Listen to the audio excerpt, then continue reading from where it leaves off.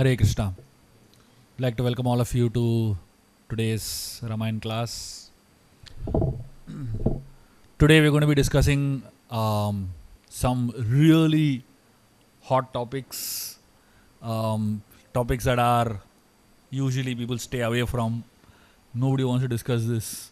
In fact, many people, just so that we don't discuss this, they say this never happened only, things like that. There are so many theories that are roaming around in society today because it's a very difficult subject. To discuss about the banishment of Mother Sita by Lord Ram, it's not easy, isn't it? And it requires a lot of guts to speak on this topic. I remember many years back, I was invited to Varanasi for a conference, and it was a conference of only scholars. There were about 200-300 scholars from around the world that were invited, and the theme of that conference was Sita.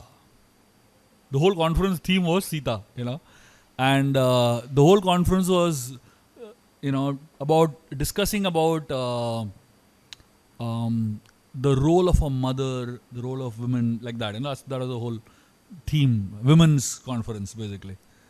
And you can imagine, with scholars, all the PhDs and all the researchers from different professors and different kind of people from around the world were there. And I was invited to speak there. And they put me on a platform and they gave me the topic, banishment of Sita. Nobody else took that topic. They put that topic on me, And I spoke. I spoke everything that I'm going to speak to all of you, and I spoke, quite a lot. And I spoke for about, 45 minutes to an hour, something like that. And then immediately after my session was another session, just scheduled basically. And after my session got over, the moderator came on the stage to announce that, we're starting the next session and all. Everybody in the audience said, hey, wait, we have to ask questions. The question answers went on for 1 more hour after that. And there were people from the audience literally jumping on me and trying to, beat me down about whatever I spoke, and, the whole idea about womanhood and the whole idea of feminism and stuff like that. Nonetheless, I answered all of that. And at the end of it, many people from that audience who were trying to beat me down and fight with me and all that, individually they came to me and they said, very good, you spoke a lot of sense. Collectively they were fighting with me, but individually each and every one of them came to me and spoke to me. Because obviously this episode that we're going to be discussing is one of the most painful episodes in the Ramayana. In fact, it's probably the most painful episode in the entire Vedic scripture, basically. It's not exactly something that you can give a full-fledged answer to, basically, because the context is very different from which we are today. But nonetheless, it is important to try to understand from a Shastric point of view, from a logical point of view, and from the point of view of the personalities that are involved in this episode. So having said that, we'll begin today's session with all your blessings, and hopefully some of what I speak will help you in your faith towards Lord Ram, in your faith towards the Ramayan. As I said, the last time we spoke about Vali, and I said there are 2 controversies in the Ramayan essentially. One is the Vali episode, which we dealt with quite well last time, and I hope all of you all got convinced about that at least. And today we're going to be dealing with the next one, which is the banishment of Sita. And also, towards the end, I'll be speaking about the episode of Shambhuk, which is also the part of the Uttarakanda of the Ramayana, which is another very, very controversial subject that many people are disturbed about. So once we answer these 3 questions, then we put Ram's case to rest. So I think we have done a good job if we manage today's session well. Okay? So before I start today's session, I'd like to give all of you all some thoughts that will help you absorb what I'm going to say in the right spirit and hear what I'm going to say in the right spirit. Because if you're not in the right frame of mind to hear what I'm going to say, you will not be able to understand everything I'm going to say. Because whatever I'm going to say is in a particular mood, is in a particular thought process and mindset, which is very important to understand before you hear what I'm saying. The mood is that when we analyze the scriptures, when we analyze the Supreme Lord, His contribution, His activities, His pastimes, our intelligence is limited. And our capacity to understand also is limited. But we still must try to understand. So let us not forget the fact that here we are dealing with the Supreme Lord's pastimes. We are not dealing with some ordinary human being, right? We are not dealing with some, king. We are not dealing with some commoner. We are dealing with the Supreme Lord. The second very important thought process is to understand that the context of today is very different from the context of the past. So we are discussing a story that happened literally lakhs of years in the past. So culturally, you can't compare everything that you are used to today with what happened that day, right? And the third thing is that in any event or any incident, you only have limited understanding based on what you hear from one source. Like say, for example, in this particular case, Valmiki Muni is presenting the facts of what happened that day, right? But how much of the fact can anybody present? It is literally impossible to present all facts, right? And that too, Valmiki is presenting from his point of view only. But the same fact can be analyzed from many other points of view and totally different things can be understood, right? So please remember these three things. And the fourth most important thing is that no matter what we discuss, our aim is to understand from the point of view of reconciliation of the Lord's thought process, not only from His own point of view, but from everybody's angle point of view. So I'm going to be presenting multiple angles of looking at the same episode, okay? So these are some thoughts that I'd like to give you all before we begin. And as I said, many of what I'm going to speak is my realization and my understanding of it. If you feel that this is wrong and this is not the right way to understand, you are free. I am not telling you this is the absolute way of understanding it. You can find your own way of understanding it also if you like to.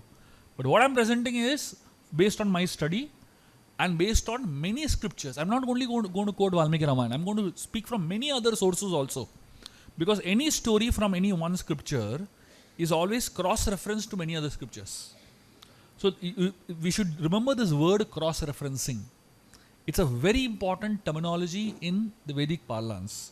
So if you want to understand one story in one particular scripture, you may not understand it in that scripture, but you will find another reference in some other scripture that will give you supporting evidence of this one.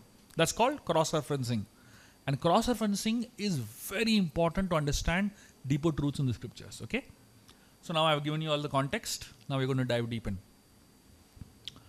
So to help us understand this whole mood of the story, so let's discuss the story in multiple layers. Okay, one is the banishment of Sita. That's one part that we'll discuss in great detail. But before that, there is Agni Pariksha, which also is equally confusing, basically. So we'll discuss Agni Pariksha first, then we'll get into banishment of Sita, and then we'll get into Shambhu. These are the three episodes that we'll be discussing. The Agni Pariksha of Mother Sita is a very interesting episode because, and the answer to that episode is not in the Ramayan. The Ramayan leaves you guessing what happened, basically. So I'll just tell you the incident that happened exactly, and then we'll discuss the incident, how to understand it. So when Ram killed Ravan, Ram tells Hanumanji to go and inform Sita that Ravan has been killed. So Hanumanji goes immediately and informs Sita that Ravan has been killed. And Hanuman is like really excited to inform Sita because if you remember 30 days back, Hanumanji had gone to Sita and met Sita, and Sita had given him this 30-day deadline. And Hanuman and Ram, they actually managed to achieve the 30-day deadline and kill Ravan on the 30th day. So Hanuman was really excited. He went to Sita and told her Ravan is dead. And then Hanuman asked Sita, there are these 700 demonesses who are around Sita who have been troubling her for the last 10 months. Really harassing her like anything. And Hanuman witnessed it with his own eyes. So Hanuman asked Sita, tell me, what should I do with these guys? These 700 demonesses who have been harassing you. Should I bite them? Should I beat them? Should I tear them? Should I punch them? You just tell me what I should do. I'll do exactly what you want me to do. Sita tells Hanuman, forgive them. So Hanuman is surprised. He asks her, come on, how can you say forgive them? They troubled you so much. Just tell me what I should do. Sita said, no, it's not their fault. Sita said, they had a bad master. Because their master was so bad, they are behaving so bad. If they had a good master, they would have behaved well. And Sita actually asked Hanumanji to forgive them. Hanuman was amazed by Sita's compassion in her heart. So then, at that point in time, Ram tells Vibhishan to go and get Sita. So Vibhishan, he goes to Mother Sita, brings along with him a beautiful dress, beautiful jewelry for Sita to wear. Sita says, no, I don't want to wear all these. I just want to go and meet my husband. Vibhishan says, no, Ram wants you to wear these. Come beautifully decorated. So Sita, she goes, there are many other women, Vibhishan's wife, they all help her change. And Sita is just desperate to meet Ram after 10 months. And Ram is making her go through all these, formalities, basically. So then Sita anyway does whatever she's told. She dresses up and she comes. She comes in a palanquin. And when Sita comes in a palanquin, all the monkeys are like jumping on each other to just get the first glance of Mother Sita. Now imagine they fought an entire war for her and they've never even seen her, And Vibhishan and Sugriva and all of them pushed the monkeys aside and all. Ram says, no, let them all see her. Because, they have done so much just to rescue her. Let them all see her.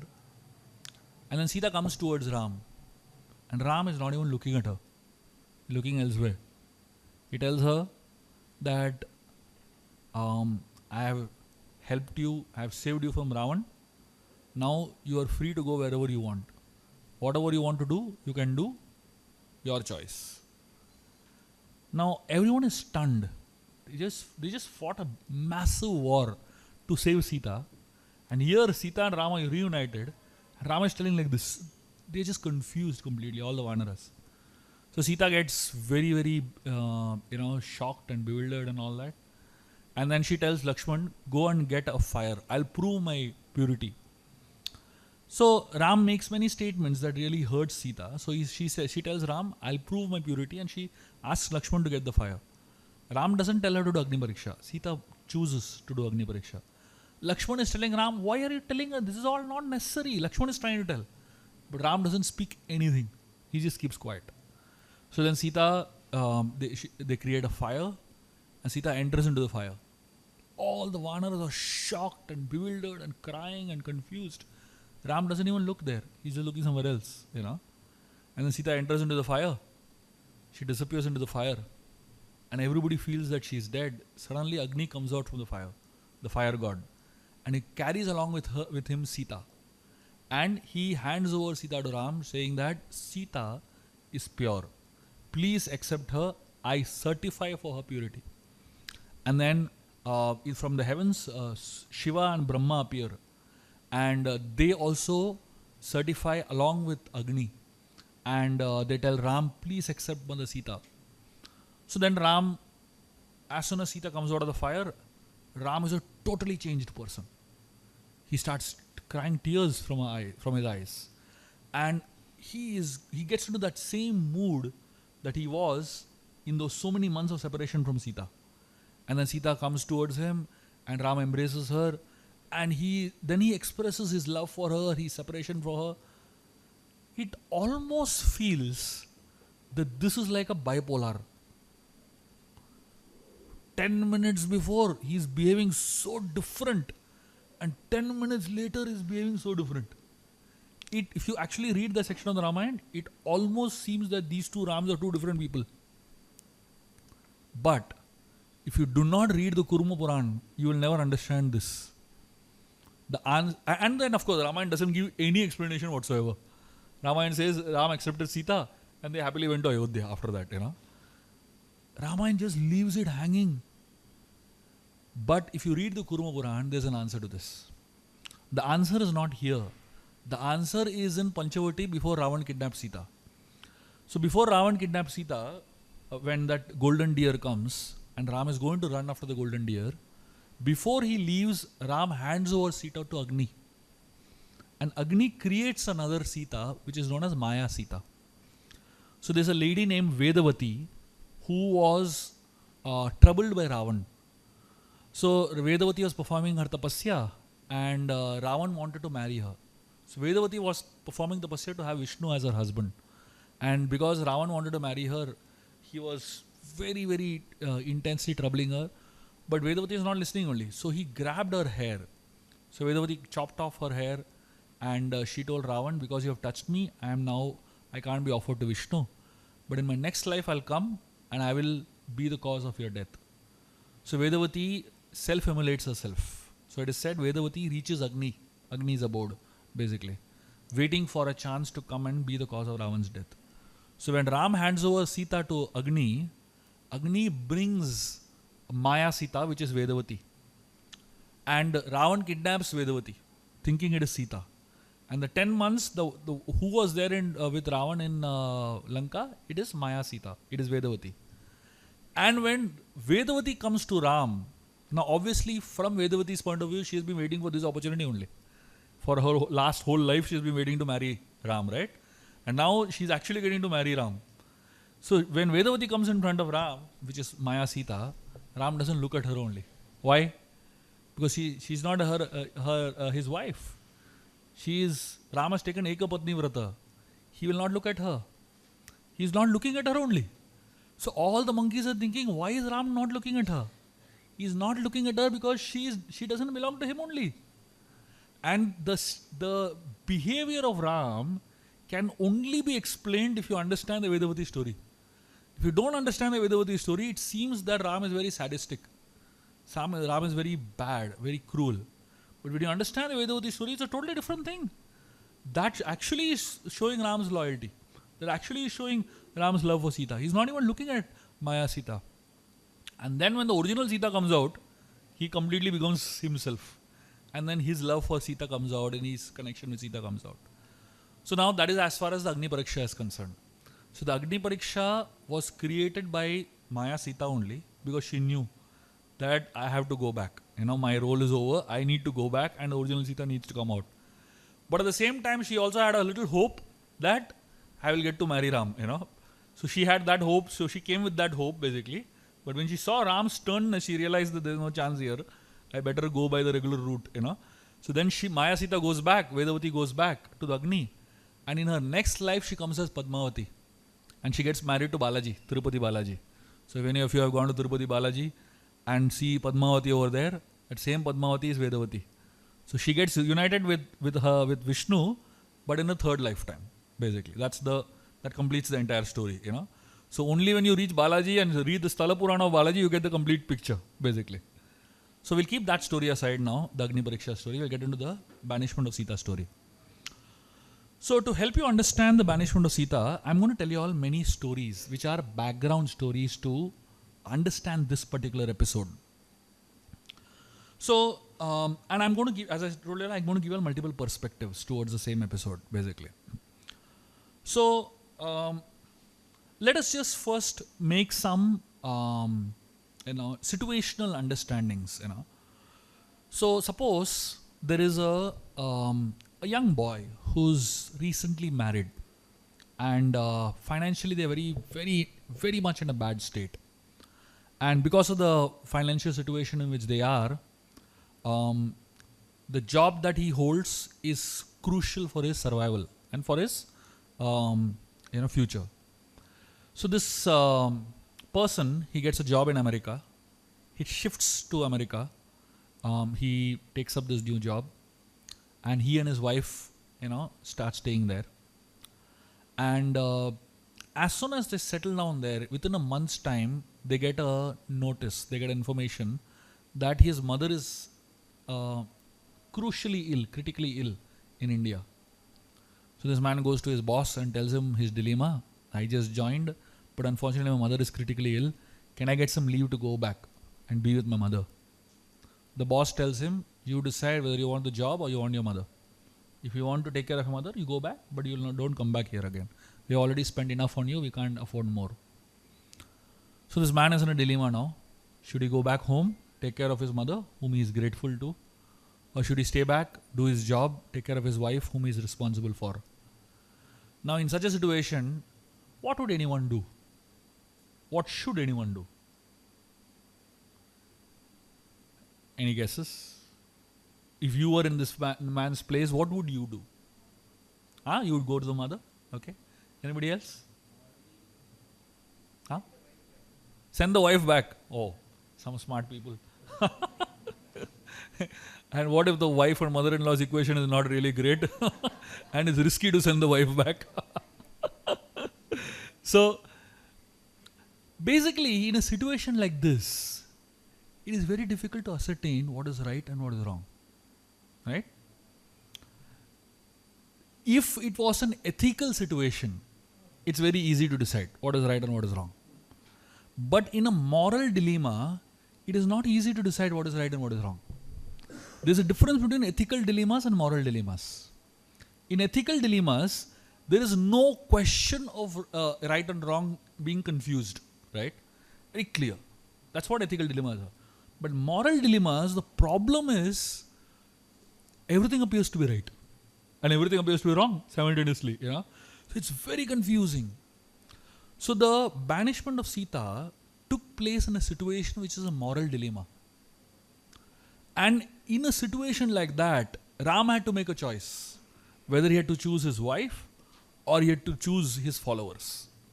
So that was the kind of situation that became, it became a very delicate situation, basically. Now, in such delicate situations, what is right and what is wrong, nobody can say. Why? Because you're not in that situation. So if suppose you were in that situation, as I mentioned about this boy, and this boy decides, I'll go back to my mother. Can anyone say he is wrong? And if he decides, I'll stay with my wife here and take care of my finances, my family, personal responsibility. Can anyone say he's wrong? No. Because in such situations, there's nothing like right and wrong. Because you are not in that situation to take a call for somebody else. So whoever is in that situation, you will never understand the pressure that he or she is going through. You will never understand the mindset and the complication that the person is going through. Why? We were sitting in an AC hall and everything is nice. And in sitting in a easy chair, we can make big judgments about what that person should have done and what that person should have done. But you put yourself in that same place, you probably would have done the same thing. This is the first thing to remember. In situations which are moral dilemmas, there is no right and wrong.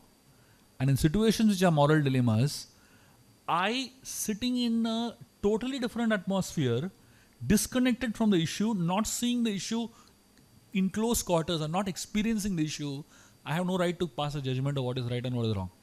Okay? It's like this, you're sitting in front of the television and watching India-Pakistan match and passing commentary and, isko aisa maro, do you know what pressure that fellow is playing in? Do you know what situation it is? Do you know what the ground is doing? Do you know how the ball is behaving? You have no idea. You're sitting in your sofa with a popcorn in your hand. You're passing comments of what that fellow should do. That's not how life works, isn't it? That's the first way to look at this whole thing. I'm parking this. I'm getting into the second discussion. So, I'm going to tell you about a very interesting leader that, some time back, South Africa had one of the most corrupt politicians in the whole world. And this man, he was so corrupt. Probably the world had never seen a more corrupt politician than that. This man had 6 wives. And each wife had a palace of her own. Huge palace. He took real good care of all his wives. And the country went to the dogs. Literally. If you see the South Africa state now, I used to go year after year to South Africa for almost like 7-8 years I used to go every year. And every year I went, I saw the decline with my own eyes. Every year it was like going from bad to worse, literally. And here is another leader who has left his wife, left his mother, left his family, and serving the country completely. Obviously, you know who I'm talking about, right? So now the problem is, whatever the leader does, people give him bad words. If the leader takes care of his family, sacrificing the country, they'll give him bad words. And if the leader sacrifices the country for the sake of taking care of his family, then also they'll give him bad words. Why? Leadership means responsibility. Responsibility means sacrifice. Sacrifice means tears. The country where the leader cries, the followers are happy. And the country where the followers cry, the leader is happy. So literally, you will never get a situation where people will be happy with what you do as a leader. Impossible. Impossible. And any country where the leader is crying and making sacrifice after sacrifice, that is a country where people eventually become happy and satisfied. Here is Ram, who has made great personal sacrifices. Why? So that people are happy. The problem is, if he does that also, they will have a problem with him. And if he had done the opposite also, they will have a problem with him. Imagine if Ram had not, sent Sita to the forest and kept her. You think people will be happy with him? You think people will be very pleased with him? They'll say, what kind of a stupid leader is this? Henpecked husband. That also they'll give a name to him. So essentially, this is the problem with leadership. The problem with leadership is that no matter what a leader does, there will be someone who is unhappy with him. So in this particular case, Ram actually made a big sacrifice on a personal level. And in fact, just to prove that, Ram lived for 11,000 years. This particular episode that we're talking about happened when he was roughly about 42 years old. Ram sending Sita away happened roughly when he was about 42 years old. How many years he lived after that? Practically 10,900 whatever number of years, And that many years he never married again. And that many years on his throne was a golden statue of Mother Sita. So his loyalty to Sita never decreased 1 inch. But he lived an entire life sacrificing his company of Mother Sita. Why? So that people are happy. So that the followers are satisfied. Imagine what a great sacrifice from his point of view it is. That's why I said leadership means responsibility, responsibility means sacrifice, and sacrifice means tears. Anybody who wants to be a leader has to cry. That's the nature of leadership, basically. The third thought process that will help you understand the story from Sita's perspective is this. I'm sure all of you all would have experienced, seen people go through divorces around you, isn't it? Your family members, probably, some of you all also probably, or your friends. You would have seen someone go through a divorce. And divorce is not easy, isn't it? Painful, extremely painful experiences. Anyone who has gone through a very ugly divorce, a very difficult divorce, will vouch for this, what I'm going to say now. So if you talk to kids who are staying with the parent who is divorced, like either with the mother or with the father, typically that child hates the other person. Typically. You know why? Because the mother, if the child is staying with the mother will put all kinds of information, knowledge and statistics into the child's mind about the father. All the bad things that the father has done. And if the child is staying with the father, he'll do the same thing about the mother. This is typical human nature, right? This is the nature of divorce. This is the nature of separation, basically. So here is a story of Mother Sita who separated from Lord Ram. and Lava and Kush, children of Lord Ram and Mother Sita, they are the biggest proponents of Ramayan. There is no one who has propagated Ramayan more than Lava and Kush. If Sita hated Ram, what he did to her, she would have transferred that hatred to Lava Kush. And why would Lava Kush go and glorify Ram publicly if they actually hated him internally? Obviously not, isn't it? That is the biggest proof that Sita never hated him. Because Sita was not just a wife, she was also a queen. She was not just a wife of Lord Ram, she was a queen of the country. She knew the political situation of the country. She could see what's happening around in the country. She has a brain of her own. And she is responsible as a queen to understand the political scenario that is happening around. So sometimes the cost of leadership is a very personal cost. So when you take on the responsibility of leadership, you also have to be ready to pay the price that comes along with that responsibility. So here, in the case of Sita and Ram, we're finding the price is so intense. So Sita, as a wife, she was hurt. But as a queen, she knew this is the right decision. Because as a queen, you actually study the entire Ramayana, you will never find Sita developing hatred towards Ram. In fact, she instilled love and respect towards Ram in her sons. And that is why Lava Kush became the greatest proponents of Ramayana. And that is why Valmiki chose Lava Kush to propagate the Ramayana across the world. Otherwise, why would Valmiki choose them? Now imagine if Valmiki knew these two people hate Ram, why would he choose them? Isn't it? Now, I'm going to tell you all a totally different story from the Puran. So in the Puranas, there is a very interesting story of Bhrigu. There's a sage named Bhrigu Muni who was the father of Shukracharya. So Bhrigu Muni had a wife named Khyati. So Khyati and Bhrigu were once taking care of the demons. Shukracharya, who was the guru of the demons, had gone for a prolonged tapasya. And all the demons were under the protection of Bhrigu and Khyati. And while the demons were there in the protection of Bhrigu and Khyati, the demigods attacked. So it was a surprise attack. The demons were least prepared and they were getting slaughtered like anything. Unfortunately, that time Bhrigu also was not there. Only his wife Khyati was there. So Khyati saw the demigods, the demons struggling like anything. So she wanted to do something to protect the demons. So she used her tapabal. She used the power of her austerity and she froze Indra. She made him like into a statue, literally.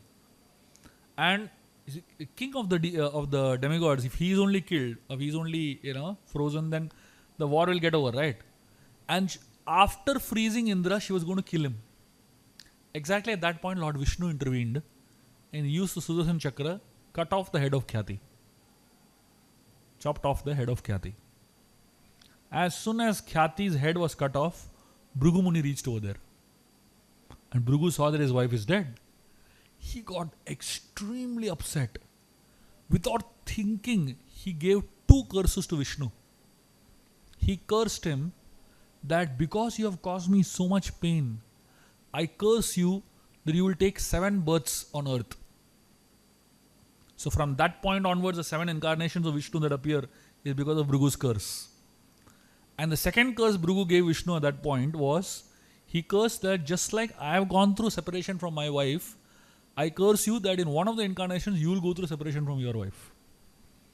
And that curse happened in Ram's incarnation basically. So where Ram actually went through a separation from Sita. Because most other incarnations, it was like short duration incarnations, right? Narsimhadev came over half a day and went away, Vamanadev came for a very short time. Before he got married, only he left. So like that, all the other incarnations were short incarnations. But Ram incarnation was a long one and he went through that curse. Interestingly, after Bhrigu cursed Vishnu in this way, after some time he chanted some mantras, put the head back and Khyati was back to life. Unnecessarily cursed. Khyati came back to life, but the curse remained over there, So this is another reason why Ram and Sita went through a separation. Now, if you look at it from a very different point of view, from a spiritual point of view, there is something very interesting to note in this. So, Lord Krishna was in Vrindavan for about 11 years, right? So the gopis of Vrindavan, they experienced sambhoga, which means love and union with Krishna for about 11 years of their life. And then Krishna lived up to 125 years. So how many years the gopis are not with Krishna? 114 years. 11 years they were together and 114 years of separation.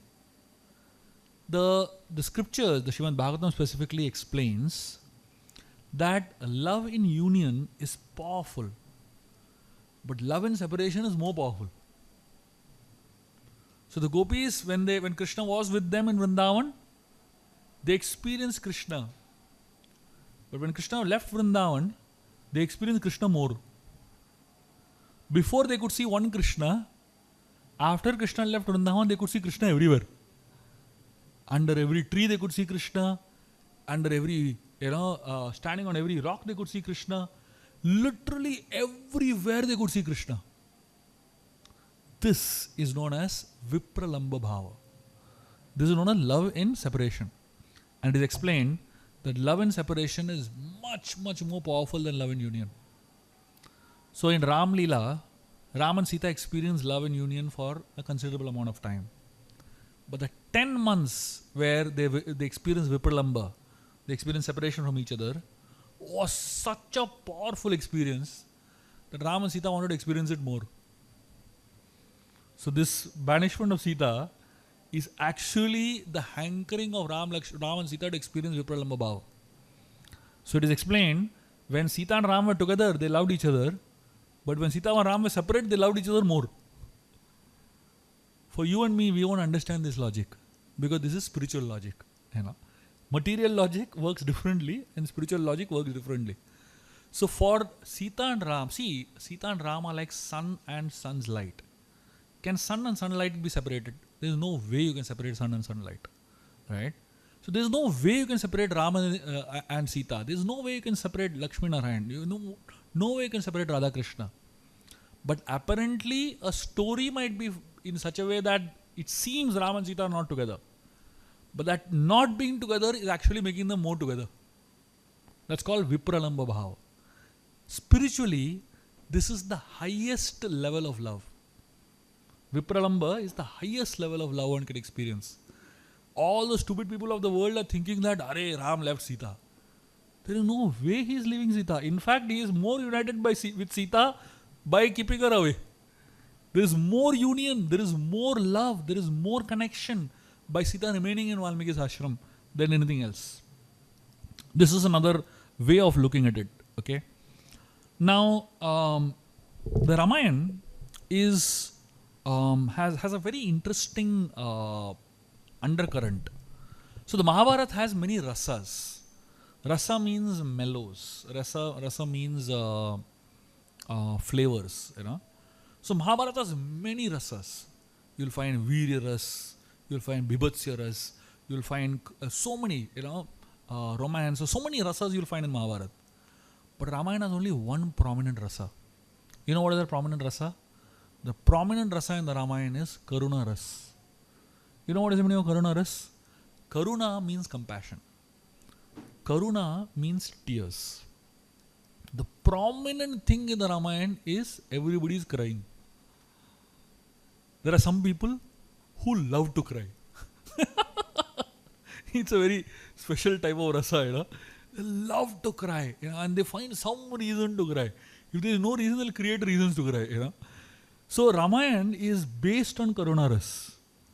And anybody who is into this realm of leadership, is anybody who's into the realm of responsibility. Like you'll find all the people in the royalty. Kaikeyi is crying, Kaushalya is crying, Dasharatha is crying, Ram is crying, Sita is crying, Lakshman is crying, Bharat is crying, Shatrughan is crying. Everyone in the royal family all crying. Why? That is a prominent rasa in Ramayana. If you are in leadership roles, you will cry. Be careful. Everybody wants to become CEO, everybody wants to become CXO. Be ready. There's a lot of crying going to happen essentially. So the idea of Ramayana is centered around Karuna ras. So the Ramayana is centered around the theme of compassion, karuna, the whole theme of tears, basically. The So as I was talking about Ram sitting with Sita on the throne, So Ram sitting with Sita on the throne, also the golden statue of Sita on the throne is also a very interesting thing from the point of view of the culture of that era. So it is explained that if a man has to do a yajna, any kind of sacrifices. So Treta Yuga, Tretayam yajite makhe, right? In Treta Yuga, the prominent spiritual practice is yajna. That's the most prominent. Like in Kali Yuga, the prominent spiritual aspect is Sankirtan, right? Chanting of the holy names. Like in Treta Yuga, the prominent spiritual thing is yajna. But the condition for doing yajna is that a husband has to have a wife. Only a man who has a wife can do yajna. And here Ram doesn't have a wife. How to do yajna? So Ram created a golden statue of Mother Sita. And that's why in every single yajna that Ram did, the golden statue of Mother Sita was sitting next to him. You know what Ram was trying to tell by putting a golden statue of Sita there? He's trying to tell the world, you stupid fellows, you think that Sita is impure? According to me, she is so pure. That's why he made a golden statue. Gold becomes more purer when you put in fire, isn't it? So the more you test it, the more purer gold becomes. So he made a golden statue of Mother Sita to make the point that you may think she is impure, but for me she is so pure that she is going to sit with me in every yajna. So it was his silent way of revolting against what the followers were talking about, basically. It was his silent revolt. He didn't say anything against the followers. He didn't say anything about the followers. He only made a statement by putting a golden statue there. And no matter what, the golden statue of Sita was with him all the time, in all the yajnas. That means from Ram's point of view, she was so pure that she was qualified to sit in every yajna along with him. She was qualified to be,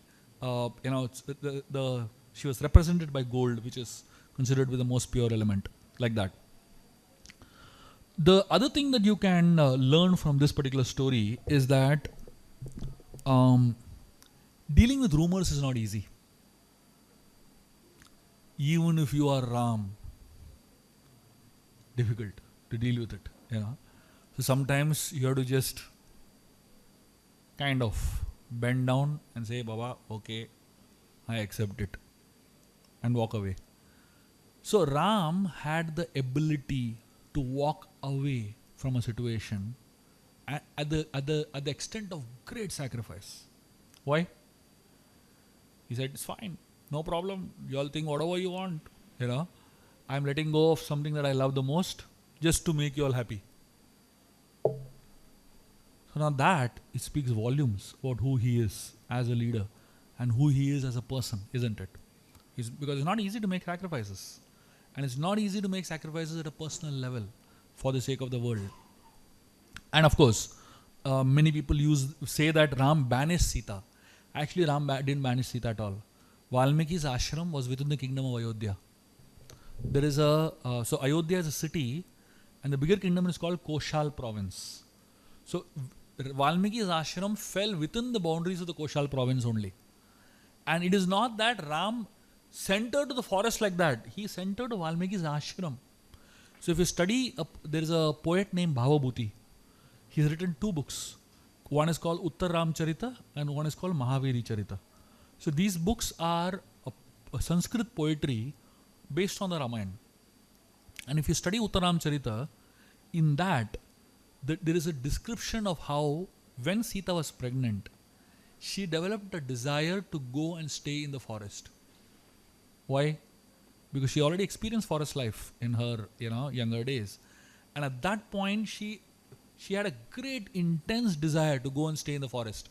And she specifically had a desire to go and stay in Valmiki's ashram. So Ram put 2 and 2 together.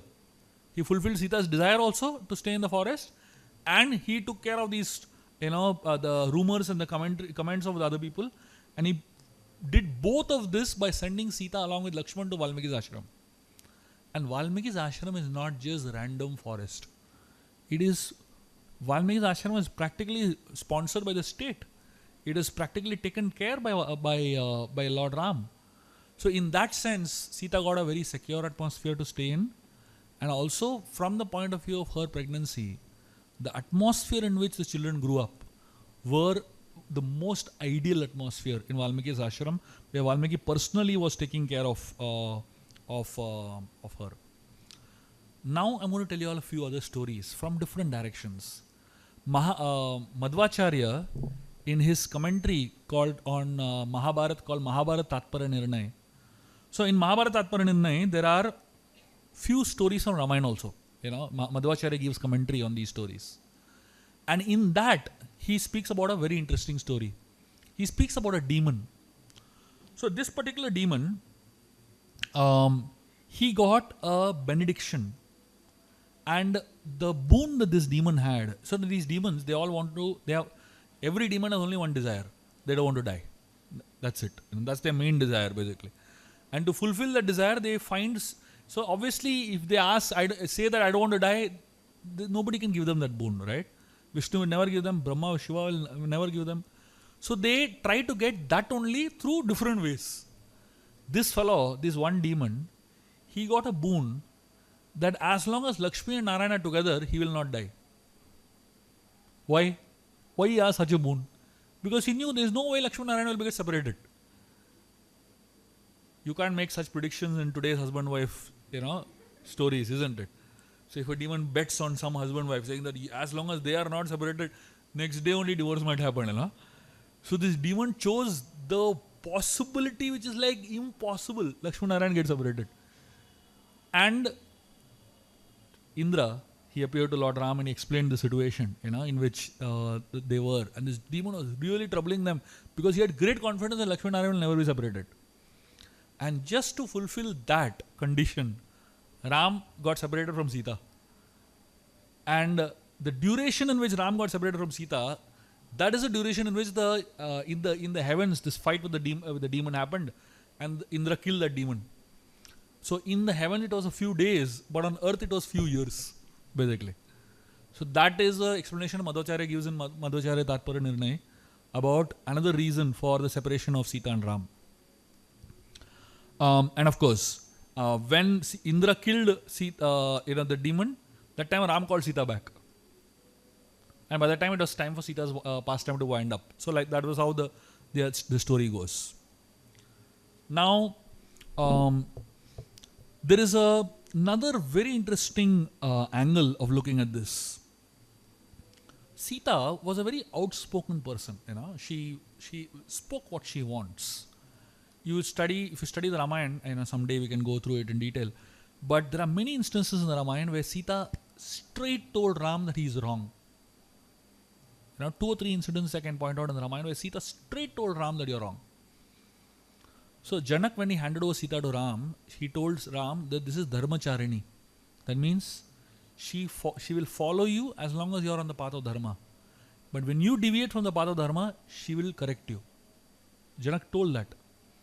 And Sita corrected Ram in several cases.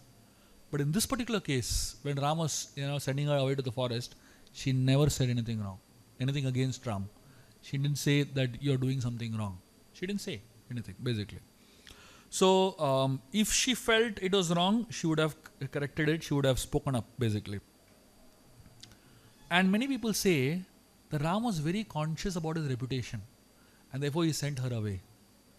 If he was conscious about his reputation, then the same Ram, when he appeared as Krishna, he would have not married the 16,000 girls that he brought back from Banasura's kingdom, isn't it? Banasura had kidnapped the 16,000 women.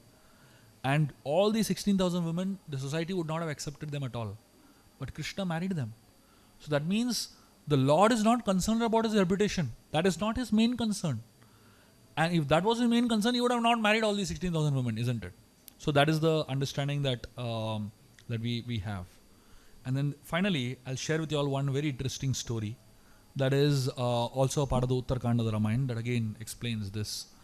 When Sita was a small child, she was playing with her friends in the garden, and she happened to see 2 parrots speak to each other. And a male parrot was speaking to the female parrot, telling the female parrot is in fact telling the male parrot the story of Sita and Ram. that Sita is going to get married to this person named Ram, and like the whole story, So Sita was amazed how these parrots are talking about her life story, So Sita caught this female parrot and she put it in a cage and told this female parrot that you remain in the cage till I get married to Ram. So this female parrot felt very bad. And at that point of time, this female parrot was pregnant. And she was separated from her husband. So this female parrot got angry on Sita that she separated her from her husband, And the female parrot, anger of the female parrot transformed into this particular incident that happened in Sita's life. So like that, these are multiple angles in which we can see the same episode. But one of the most amazing things that Sita herself talks about in the Ramayan is she tells Ram, when Ram was talking about going to the forest, Sita tells Ram, I am also going to the forest with you. So Ram keeps telling her, no, forest life is dangerous and wild animals, and he dissuaded her a lot. But finally Sita was so upset with Ram, she tells him that when I was a small child, my father, he called a lady astrologer to see my charts. And this lady astrologer, when she saw my chart, she said, I'm going to go to the forest 2 times in my life. So she tells Ram, I don't know whether you're going to the forest or no, I'm surely going. She tells him, And she says, from the day that this lady astrologer predicted, I kept my bags packed. I was ready to go to the forest anytime, So like this, so the Ramayan actually, it helps us through these characters like Sita and Ram and all, help us accept our own destiny, our own life. So all of us in our lives will go through tribulations. We will go through difficulties. We will go through tough times. We will go through challenges. The difference between ordinary people and Sita and Ram is that when they go through difficult times, when they go through tribulations, the way they deal with it is so much more superior, so much more elevated. So if you want to learn anything from them, learn this. So it's not that, so when we study this episode from all these different angles, I almost told you about 13 different angles of looking at the same episode.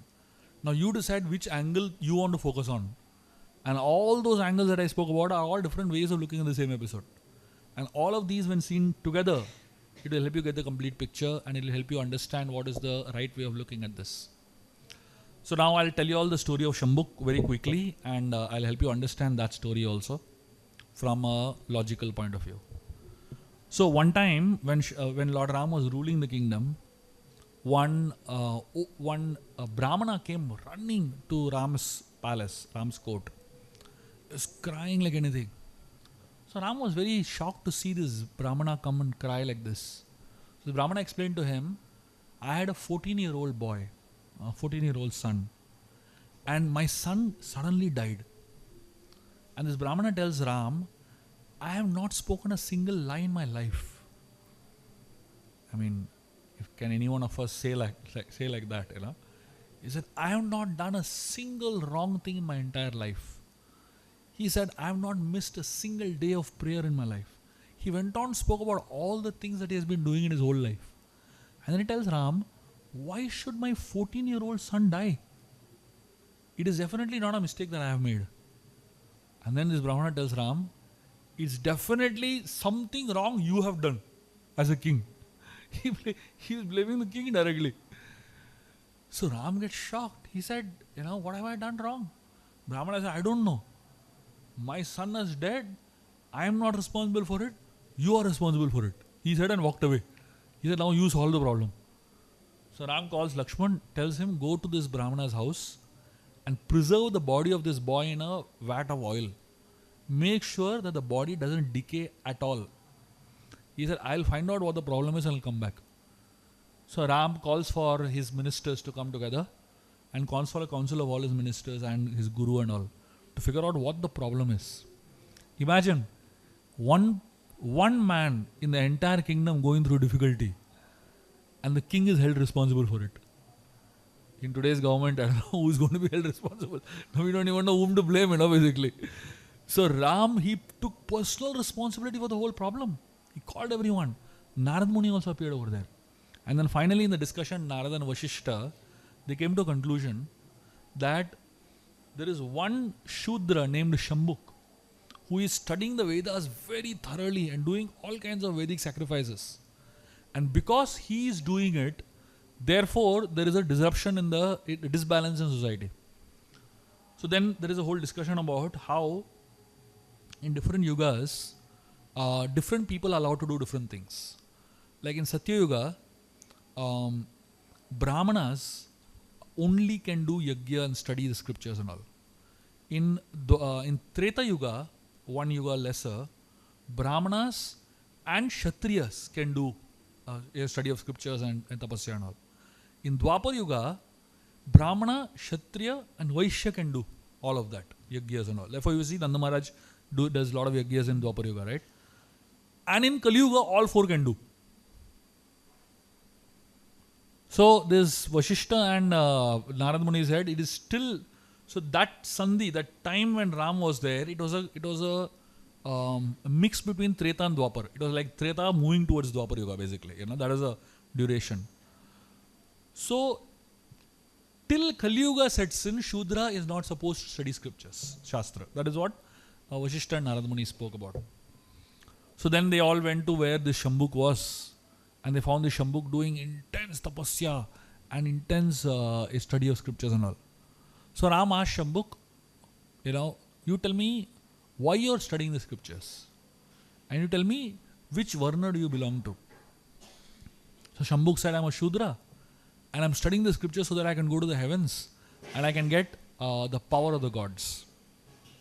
As soon as he said that, Ram took his sword out and cut off his head.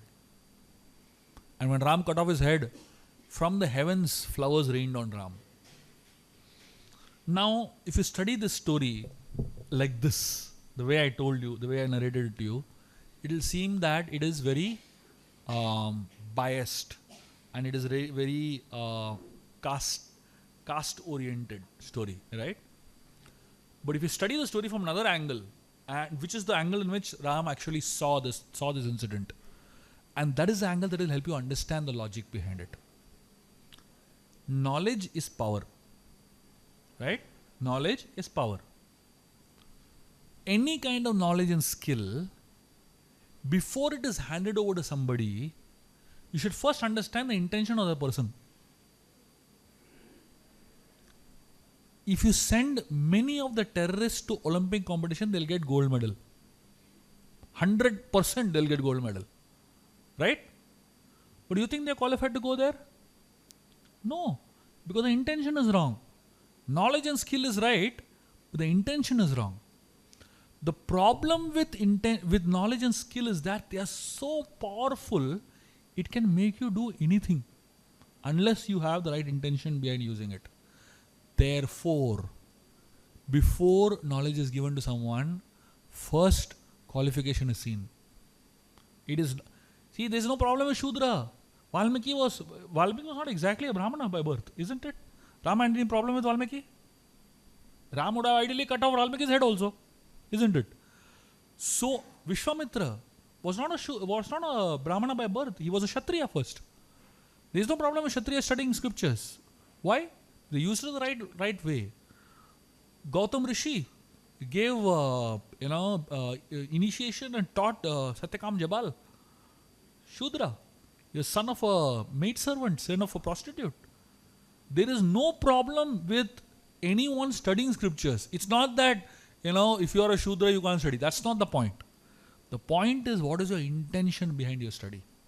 If your intention is wrong, then you have no right to study. So that is why Ram asked this fellow, Shambhuk, what is your intention? And then when he spoke the intention, Ram cut off his head straight away. Without understanding this, people make it a political issue by only talking about the caste part of it.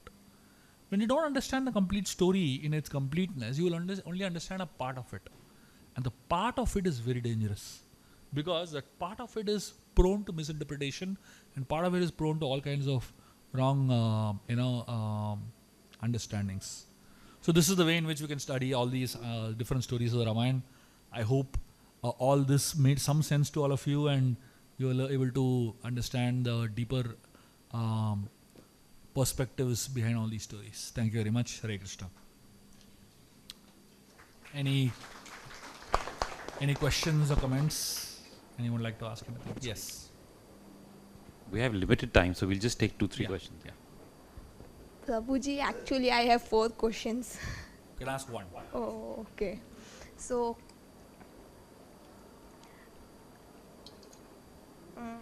I have heard that Love Kush has never knew about Ram, only that he is their father. Ram is.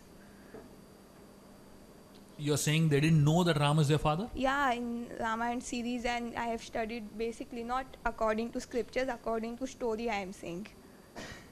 As far as, it is almost impossible that Lava Kush didn't know. It's like, Ram is so famous. No, means they didn't knew that he is their father. Sita has never informed that. They know the whole Ramayan, Baba. Okay. See, they are teaching Ramayan to everybody. Yeah. So they don't know Ram and Sita are husband and wife. Kya? But in Valmiki Ashram, Sita was called as one Devi. Is there any? I don't see a logic in it. This seems to be too dramatic, basically. See, you look at it from a logical point of view. So these two are sons of the most powerful people in the world. Mm-hmm. They have a lot of intelligence, isn't it? Yes. Any common man, any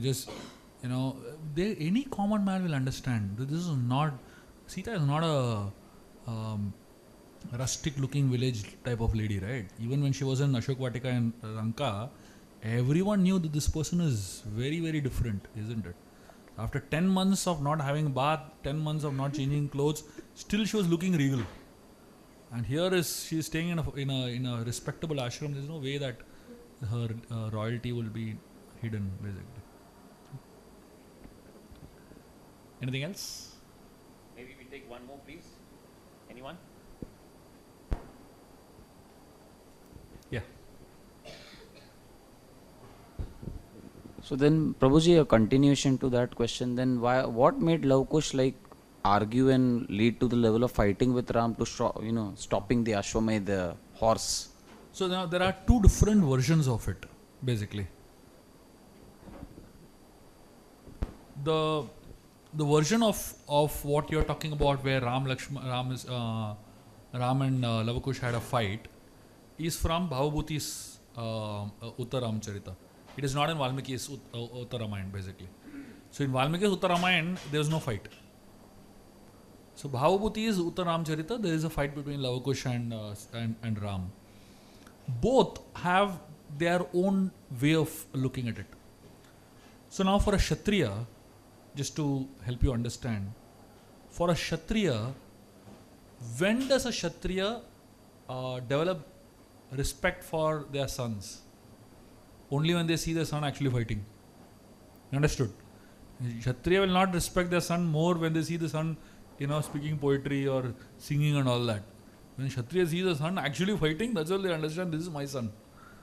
So that is the flavor that Bhavabhuti is bringing up over there. And the flavor that Valmiki is bringing up is from the point of view of the narration that brings out the love they have for Sita and Ram, basically. So both have their own merit. So when you see that Ram and Lava Kush are fighting with each other, it is actually another way of expressing love only.